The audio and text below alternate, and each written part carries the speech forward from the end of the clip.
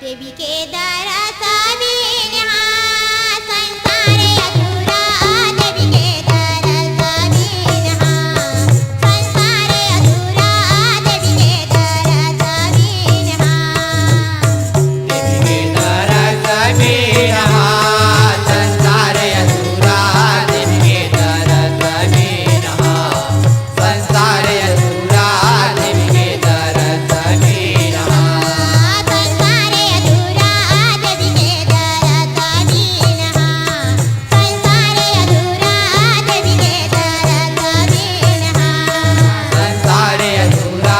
देवी के दरसा बिना संसार अधूरा देवी के दरसा बिना संसार अधूरा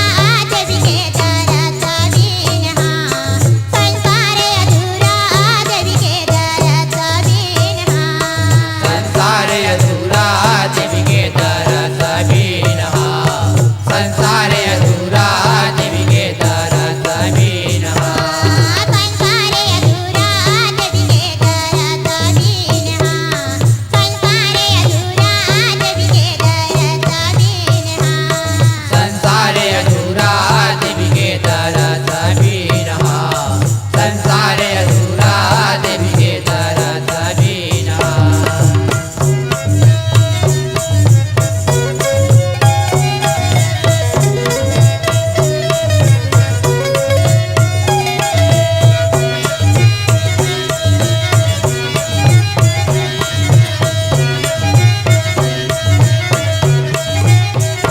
कहवले आवाय गणपती राजा कहवले आय हनुमाना कहवले आवाय गणपती राजा कहवले आय हनुमाना